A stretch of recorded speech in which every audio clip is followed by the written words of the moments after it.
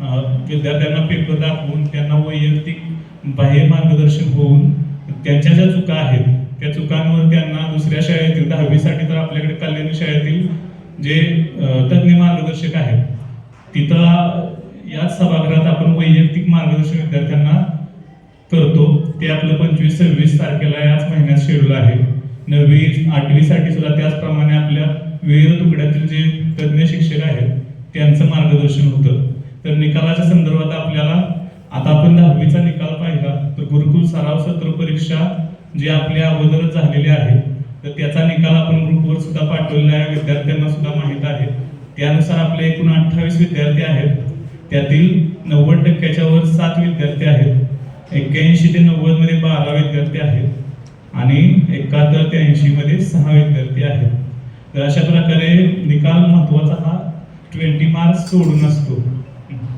म्हणजे फक्त 80 मार्क्सच्या लेखी परीक्षेवर निकाल आहे. त्यामुळे हा निकाल अतिशय उत्कृष्ट असा निकाल आहे.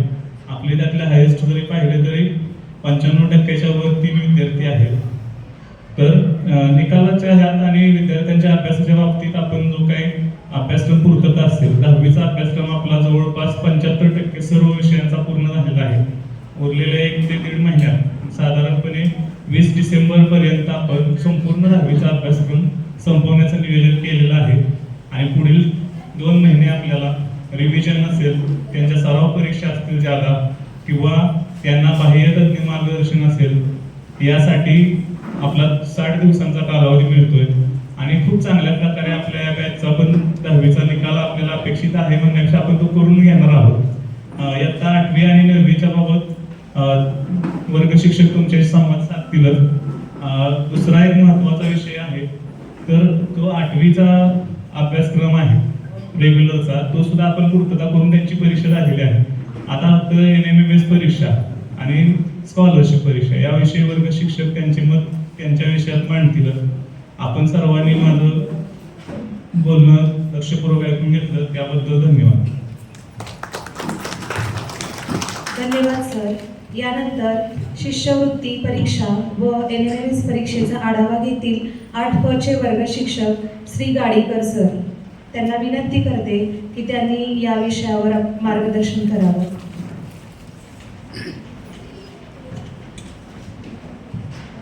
शिक्षणाची गंगा गरिबांच्या झोपडीपर्यंत पोहोचवणारे आणि ज्यांनी स्वतःच्या जीवनाचा त्याग करून गोरगरिबांच्या मुलांना शिकावं यासाठी काले या ठिकाणी 4 ऑक्टोबर 1919 या दिवशी रयत शिक्षण संस्थेची स्थापना केली आणि त्या ठिकाणी वटवृक्ष रोवला. त्या वटवृक्षाच्या पारंब्या संपूर्ण महाराष्ट्रभर पसरल्या आणि त्यातलीच एक फांदी म्हणजे आपलं महाराजा सयाजीराव विद्यालय.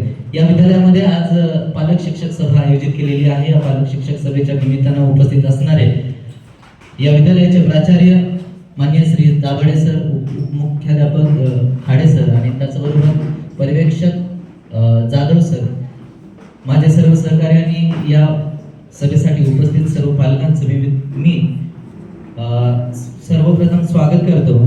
मी आता 8वी चा वर्ग शिक्षक आहे. आताच माझी जॉईनिंग 11 ऑक्टोबर 2024 या दिवशी या विद्यालयामध्ये झालेली आहे. माझी जवळपास 13 वर्ष सर्व्हिस झालेली आहे आणि ती पूर्ण सर्व्हिस सांगली जिल्ह्यामध्ये झालेली आहे. आता माझ्या वर्गाच्या बाबतीमध्ये जर सांगायचं झालं, आजकालची जी गुणवत्ता आहे ती गुणवत्ता येत्या 10वीच्या रिझल्टवर डिपेंड नाही तर तुमच्या विद्यालयामधले किती विद्यार्थी स्पर्धा परीक्षेमध्ये क्वालिफाय झालेले आहेत, गुणवत्ता यादीमध्ये किती आलेले आहेत यावर त्या विद्यालयाची गुणवत्ता डिपेंड आहे. आणि म्हणून एखाद्या विद्यालयाची गुणवत्ता ठरवत असताना स्पर्धा परीक्षा हा एक मानक आजकालच्या या स्पर्धेच्या युगामध्ये ठरलेला आहे. आणि म्हणून येत्या 8वी साठी NMMS आणि स्कॉलरशिप या 2 स्पर्धा परीक्षा प्रामुख्यानं महत्त्वाच्या मानल्या जातात किंवा गणल्या जातात. या 8वीच्या वर्गाचा जर विचार केला तर NMMSच्या बाबतीमध्ये जवळपास 34 विद्यार्थी या परीक्षेसाठी बसलेले आहेत. त्यांच्या ऑनलाईन फॉर्म भरलेले आहेत. जवळपास त्यांच्या 5 सराव परीक्षा सुद्धा झालेल्या आहेत. या 5 सराव परीक्षेमध्ये विद्यार्थ्यांचा जर कल बघितला तर तो चांगला दिसून येतोय. जर आपण असा विचार केला गेल्या वर्षीच्या तुलनेमध्ये जनरल कॅटेगरीचं जवळपास मेरिट 110 ते 115 असतं, ओबीसी कॅटेगरीचं मेरिट 105 ते 110 पर्यंत असतं, एससी कॅटेगरीचं मेरिट 95 ते 100च्या दरम्यान असतं. या सगळ्यांचं जर ॲव्हरेज काढलं तर 110च्या पुढं पाचवीची चाचणी झालेली होती, 110च्या पुढं 34 पैकी जवळपास 32 मुलं आहेत. म्हणजे या NMMS चाचणीचा जर विचार केला तर 34 पैकी 32 विद्यार्थी NMMS मध्ये क्वालिफाय होऊ शकतात. आता राहिलेला जो वेळ आहे या विद्यार्थ्यांना आपल्याला जास्तीत जास्त मोटिवेट करायचंय.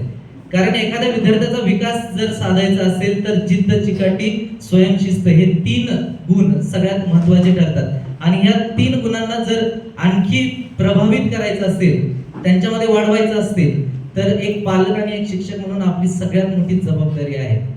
कारण आपल्याला काय करायचं माहितीये का, एखादा घोडा असेल आणि त्याला पाणी प्यायचंय, आपलं एकच काम आहे त्या घोड्याला त्या तलावापर्यंत नेऊन सोडायचंय. आणि त्याला तलावापर्यंत सोडल्याच्या नंतर विद्यार्थ्यांनी ते पाणी जास्तीत जास्त प्यावं. म्हणजे त्या घोड्याला पाणी दाखवायचं काम आपल्याला करायचंय. मग ते पाणी त्या घोड्यानं किती प्यायचंय किंवा त्याची तहान किती आहे हे सगळं त्या घोड्यावरती डिपेंड असणार आहे. म्हणजे आपले विद्यार्थी, आमचं काम मार्गदर्शनाचं आहे, तुमचं काम मार्गदर्शनाचं. इथं उपस्थित असणाऱ्या विद्यार्थ्यांचं काम काय, तर मला या स्पर्धा परीक्षेमध्ये गुणवत्ता यादीमध्ये टिकलं पाहिजे, यासाठी मला काहीतरी केलं पाहिजे. ती जिद्द आपल्या मनामध्ये असली पाहिजे. एक सिंपल अशी स्टोरी आहे जिद्दीची. एक 6वी मधला मुलगा होता. त्या वर्गातल्या मराठी विषय शिकवणाऱ्या एका शिक्षकाने सांगितलं की आज आपल्याला वक्तृत्व स्पर्धा घ्यायची आहे, कोणाला भाग घ्यायचा. 4-5 विद्यार्थ्यांनी हात वर केला आणि सांगितल्याप्रमाणे वक्तृत्व स्पर्धेला सुरुवात झाली. पहिल्या विद्यार्थ्यांनी भाषण केलं, दुसऱ्या विद्यार्थ्यांनी भाषण केलं, तिसऱ्या विद्यार्थ्यांनी भाषण केलं, चौथा विद्यार्थी पुढे आला. तो भाषण करत होता. भाषण करत असताना पहिल्या 3 विद्यार्थ्याला खाली बसलेले विद्यार्थी टाळ्या वाजवत होते. चौथा विद्यार्थी ज्यावेळेस पुढे आला त्यावेळेस त्या विद्यार्थ्याला टाळ्या वाजवल्या नाहीत त्या मुलांनी खाली बसलेल्या, तर त्याच्यावरती ते हसू लागले. का हसू लागले? कारण तो विद्यार्थी बोबडा बोलत होता. त्याचे शब्द स्पष्ट उच्चार त्याच्या तोंडातून निघत नव्हते. त्या मुलाला आहे त्याच ठिकाणी रडायला आलं, कारण 3 विद्यार्थ्यांना टाळ्या वाजवल्यात आणि मला टाळ्या वाजवल्या नाहीत. असं का? तो रडत रडत खाली जाऊन बसला बेंचवरती. घरी गेल्याच्या नंतर त्याच्या आईला तो म्हणाला की आज वक्तृत्व स्पर्धा घेण्यात आलेली होती, मी त्या स्पर्धेमध्ये भाग घेतला होता, 3 विद्यार्थ्यांना टाळ्या वाजल्या, मी ज्यावेळेस भाषण करत होतो त्यावेळेस मला मुलं हसायला लागली आणि माझी खिल्ली उडवायला लागली. याचं कारण काय? कारण मी बोबडा बोलतोय. मला तो त्याच्या आईला सांगतो की मला चांगला बोलणारा बनला पाहिजे, मी चांगलं बोलणारा बनलं पाहिजे, तू काही सांग. मग त्याच्या आईने विचार केला याचा बोबडेपणा जर घालवायचा असेल तर आपल्याला चांगल्या दवाखान्यामध्ये घेऊन जाऊया त्याला. त्याची आई त्याला चांगल्या दवाखान्यामध्ये घेऊन जाते. डॉक्टर म्हणतात आमच्या पुढे पण काही ऑप्शन नाही, हा म्हणजे याचा बोबडेपणा जाणारच नाही, कारण त्याचे गाल अशी मोठे जाड आहेत, त्याची जीभ जाड आहे, त्याची जी पडजीभ आहे ती एकदम शॉर्ट आहे, मीही काही करू शकत नाही. हे शब्द ज्यावेळेस त्या आईच्या कानावरती पडतात त्यावेळेस त्या आईच्या डोळ्यातून पण अश्रू निघायला लागतात. कारण आपल्या मुलाची जी जिद्द आहे, आपल्या मुलाचं जे ध्येय आहे, काय ध्येय आहे? मला चांगलं बोलता यायला पाहिजे, हे त्याचं ध्येय आहे. हे कसं काय कम्प्लीट होणार? रडत रडत ते दोघंही घरामध्ये येतात. घरामध्ये आल्याच्या नंतर आईला परत तो मुलगा विचारतो, आई मी कधी बोलणारा बनेन ग? त्यावेळेस त्याची आई म्हणते, बाळा देवानं जसं दिलं तसं राहूयात, तू तसंच बोलण्याचा प्रयत्न कर. त्यावेळेस त्या मुलाच्या मनामध्ये एकच जिद्द होती, मला चांगला वक्ता बनलो पाहिजे. आणि मग तो काय करतो? शेतामध्ये जातो आणि शेतामध्ये गेल्याच्या नंतर त्याला डॉक्टरचे जे शब्द आहेत ते शब्द आठवत होते. तुझे गाल जाड आहे, तुझी जीभ जाड आहे. आणि शेतामध्ये गेल्याच्या नंतर गारगोटी तुम्हाला माहित आहे का? त्या गारगोट्या तो तोंडामध्ये घेतो आणि तोंडात तो गारगोट्या फिरवतो. का फिरवतो? तर जे आतलं जे जाड झालेलं मांस आहे ना ते निघावं यासाठी. तो त्या शेतामध्ये जातो, गारगोट्या तोंडामध्ये घेतो आणि तो गारगोट्या तोंडामध्ये घोळवतो, तोंडामध्ये फिरवतो. त्यावेळेस त्या गालाचे लचके, जिभेचे लचके, त्यातनं रक्त सगळं बाहेर पडायला लागतं, रक्त तोंडातनं बाहेर पडायला लागतं. ह्या सगळ्या वेदना आईला मात्र सहन होत नव्हत्या. आई पण काय सांगू शकत नव्हती, कारण त्या मुलाच्या मनामध्ये एकच होतं, मला चांगला बोलता यायला पाहिजे. आणि मग काय झालं? 1-2 महिने त्याचा सराव करू लागला तो. दररोज रक्त पडायचं, दररोज तेही व्हायचं. हळूहळू त्याच्या गालाची जाडी कमी व्हायला लागली, जिभेची जाडी कमी व्हायला लागली. आणि मग त्याचा जो आवाज आहे त्याचा आवाज असा स्पष्ट येत नव्हता, एवढा मोठा येत नव्हता जेवढा प्रभावी यायचा आहे तेवढा. मग आता त्यानं त्याच्यावरती काम करायला चालू केलं. काय केलं, जवळपास एक समुद्र होता आणि समुद्राच्या किनाऱ्यावरती तो संध्याकाळी जायचा आणि संध्याकाळी गेल्याच्या नंतर त्या अथांग अशा समुद्राच्या लाटांपेक्षा माझा आवाज मोठा यायला पाहिजे आणि म्हणून तो काय करायचा, त्या लाटांपेक्षा माझा आवाज मोठा यायला पाहिजे म्हणून तो मोठ्यानं ओरडायचा, एकटाच ओरडायचा मोठ्यानं, कारण त्याचा आवाज मोठा व्हावा यासाठी. कारण त्या ह्याची कंठाची फ्रिक्वेन्सी खूप कमी होती. हळूहळू त्याचा पण सराव त्यानं चालू केला. बघा, एकच ध्येय त्याला, लोकांनी त्याला हसलं आणि म्हणून विद्यार्थ्यांनी त्याला हसलं म्हणून त्याच्या मनामध्ये एकच जिद्द आहे. काय जिद्द आहे, मला चांगलं बोलता यायला पाहिजे. शेवटी काय झालं, त्याचा आवाज थोडा मोठा यायला लागला. त्याचा सराव त्यानं चालूच ठेवला. तो घरी आल्याच्या नंतर त्यानं आईला सांगितलं, आई माझा आवाज मोठा पण यायला लागलाय आणि माझी गालाची जाडी, जिभेची जाडी कमी व्हायला लागली आहे. आता मला आहे ना, मला चांगला घरात बसून मला अभ्यास करायचा आहे, जास्तीत जास्त पुस्तकं वाचायचे. मी जर जास्तीत जास्त वाचन केलं तरच मी काय बनणार आहे, एक प्रभावी वक्ता बनणार आहे. आणि म्हणून मला एक 2-4 पुस्तकं वाचायला दे. मग आईनं त्याला पुस्तकं दिली वाचायला पुस्तकं दिल्याच्या नंतर काय झालं, आजूबाजूची जी मुलं आहेत, येता 6वीचं वय, खेळण्याचं वय, आजूबाजूची जी मुलं आहेत ती मुलं सारखं यायची, बाळा चल बाहेर खेळायला. आता शेवटी लहान मन एक अर्धा तास 15-20 मिनिटं वाचन झाले की तो लगेच बाहेर पडायचा. त्यानं विचार केला, जर मी असं करायला लागलो तर मी चांगला वक्ता बनणारच नाही, मी चांगला बोलणारा बनणारच नाही, कारण त्याला जास्तीत जास्त वाचन करायला पाहिजे. आणि म्हणून तो एका दिवशी त्यानं ठरवलं की डायरेक्ट तो सलून मध्ये गेला, नाव्याच्या दुकानामध्ये गेला आणि त्याला सांगितलं की माझी पूर्ण टक्कल करायची. का टक्कल करायची, तर त्याचं पुढं कारण आहे का, त्यानं त्या मुलग्यानं सांगितलं माझं पूर्ण टक्कल करायचं. त्या नाव्यानं पूर्ण टक्कल केलं. परत तो घरामध्ये आला आणि घरामध्ये आल्याच्या नंतर आता दररोजच्या प्रमाणे मुलं त्याला बोलवायला यायला लागली आणि बोलवायला यायला लागल्याच्या नंतर तो मुलगा म्हणायला लागला, माझी आता टक्कल केली आहे, मला बाहेर यायची लाज वाटायला लागली आहे, त्यामुळं मी आता तुमच्यासोबत खेळायला येणार नाही. आता हे झाल्याच्या नंतर परत काय व्हायला लागलं, अर्धा-पाऊण तास वाचायला लागल्याच्या नंतर त्याला डुलकी यायला लागली. आता याच्यावरती काय ऑप्शन करायचा, परत तो नावाच्या दुकानामध्ये गेला आणि परत त्यानं सांगितलं, थोडे केस आलेले होते, पूर्ण बाजूने टक्कल करायला सांगितलं आणि इथंच थोडी शेंडी ठेवायला सांगितली. परत तो घरामध्ये आला आणि घरामध्ये आल्याच्या नंतर एक खुंटी होती भिंतीला, त्या खुंटीला एक दोरी बांधली आणि त्या शेंडीला एक दोरी बांधली आणि तो परत वाचू लागला. अर्धा-पाऊण तास झाल्याच्या नंतर डुलकी जशी लागली ना तशी इथं झटका बसायचा आणि लगेच त्याची झोप उडायची आणि तो जास्तीत जास्त निरंतर वाचू लागला. 7-8 महिन्याच्या नंतर शाळेमध्ये परत वक्तृत्व स्पर्धा झाल्या आणि त्या वक्तृत्व स्पर्धा झाल्याच्या नंतर खाली बसणारी जी मुलं होती ना ती आता हसत नव्हती, तर ती सगळी उभा राहून आहे ना टाळ्या वाजवत होती. का टाळ्या वाजवत होती, कारण त्यानं 7 महिने निरंतर प्रयत्न केला होता. शून्यातनं तो हिरो बनला होता, शून्यातनं तो म्हणजे काहीतरी त्यानं ध्येय प्राप्त केलेलं होतं.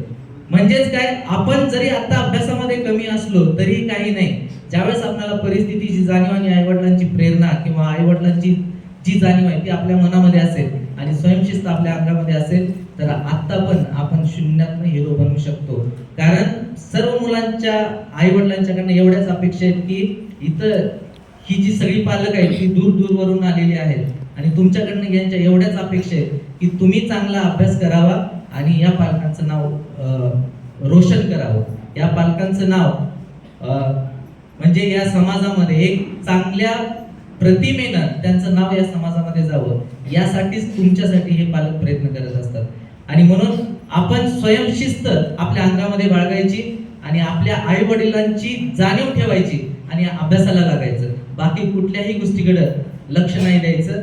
आणि या महाराजा सयाजीराव विद्यालयामध्ये आपण शिकतो याचा अर्थ खूप अभिमानाची गोष्ट आहे, कारण आपल्या या शाळेसमोर अण्णांचा आणि वहिनींचा पुतळा आहे. दररोज जर त्यांच्याकडे बघितलं तर आपल्या मनामध्ये तीच जिद्द असली पाहिजे, मला या महाराजा सयाजीराव मधला सगळ्यात टॉपर बनायचंय, गुणवत्ता यादीमध्ये येणारा बनायचंय. असं जर आपल्या मनाशी ठरवलं तर हे जे पालक आहेत ते आपल्या गावामध्ये ताटमानेने फिरू शकतात. आणि म्हणून सर्व मुलांना माझं असं सांगणं, येत्या 8वीचे विद्यार्थी सगळे उपस्थित आहेत, मग मला सांगा NMMS आणि स्कॉलरशिप मध्ये गुणवत्ता यादीमध्ये कोण येणार सांगा. तुमचे पालक इथंच उपस्थित आहेत. 100% तुम्ही सगळे वचन देऊ शकताय आम्ही येणारच म्हणून? तुमचा आवाज मोठा येत नाही. सगळे एनएमएमएस मध्ये किंवा स्कॉलरशिप मध्ये गुणवत्ता यादीमध्ये येणार का? येणार का? ठीक आहे, तुम्ही तुमच्या पालकांसमोर वचन दिलंय. बघूया सगळीच विद्यार्थी एनएमएमएस आणि स्कॉलरशिप मध्ये येतात का नाही ते. आता येतं शिष्यवृत्तीचा जर विचार केला तर शिष्यवृत्तीमध्ये 48 पट आहे. 48च्या 48 विद्यार्थी आम्ही बसवणार आहोत आणि त्यासाठी महाराजा सयाजीराव विद्यालय आमच्या रयत शिक्षण संस्थेमध्ये खूप प्रसिद्धच आहे. मी नाव ऐकून होतो. या शाळेमध्ये आल्याच्या नंतर सगळ्या उपक्रमांची मला जाणीव झाली आणि मी असं अभिमानानं सांगू शकतो की खरोखरच माझी जी बदली झाली ती एक अभिमानास्पद बदली झालेली आहे आणि काहीतरी करून देण्याची जी संधी आहे ती संधी हे विद्यालय या शाळेतील शिक्षकांना देतच असतं. मी यासाठी खूप अभिमानी आहे आणि इथून पुढं रयत शिक्षण संस्थेचं किंवा या शाळेचं नाव गौरवान्वित होण्यासाठी मी सदैव प्रयत्न करत राहीन अशी मी तुम्हाला एक ग्वाही देतो. मी 8वी फळचा वर्ग शिक्षक या नात्यानं तुम्ही सर्व पालक या ठिकाणी उपस्थित झालात त्याबद्दल मी माझ्या वर्गाच्या वतीने मी तुमचा आभार मानतो आणि सर्व पालकांना अशी विनंती करतो की त्यांनी त्यांच्या विद्यार्थ्यांना फक्त तुम्ही मोटिव्ह करत राहा, आम्ही मार्गदर्शन करत राहू. प्रेरणा आणि मार्गदर्शन जर एकत्रित आलं तर एक दिवस निश्चितच यश आपल्या हातामध्ये आहे. धन्यवाद.